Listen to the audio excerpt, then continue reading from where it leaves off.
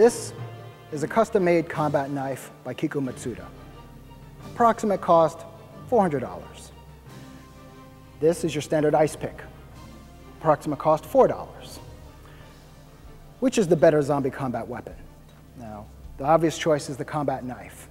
But if cost and availability are important to you, the answer might not be so clear. Which brings us to Zombie Combat Manual Briefing number 41985, Improvised Weapons. Now, found objects should be a part of your training regimen for several reasons. One, an outbreak may occur at any time when your standard arsenal might not be available to you. Two, they're an economical and available alternative to true combat weapons.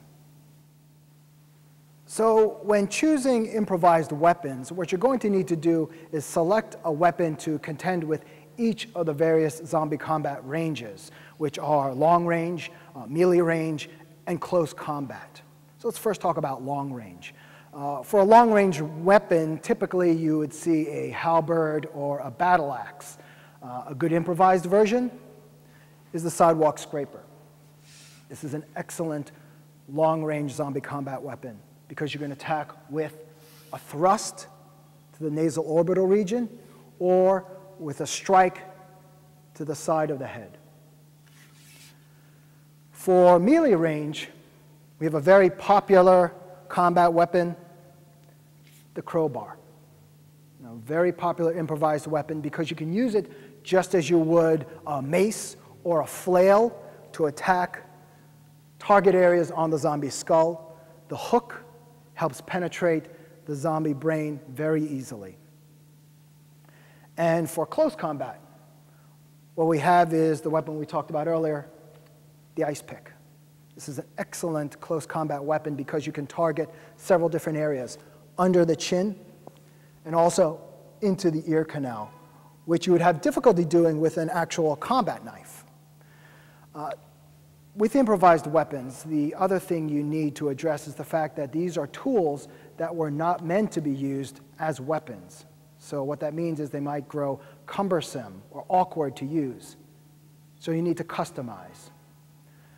So we saw the standard crowbar before, just like you would buy in any hardware store, unadorned. This is a customized version.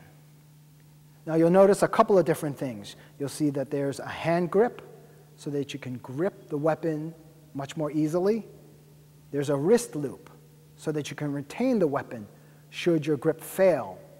And lastly, and probably most importantly, you'll see that the edges have been filed down so that they're sharper and more able to penetrate the zombie skull.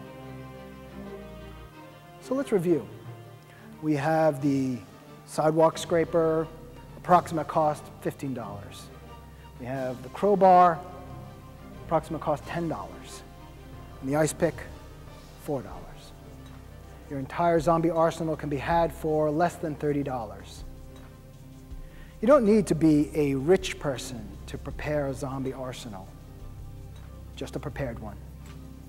Evaluations of these specific weapons can be found in the Zombie Combat Manual.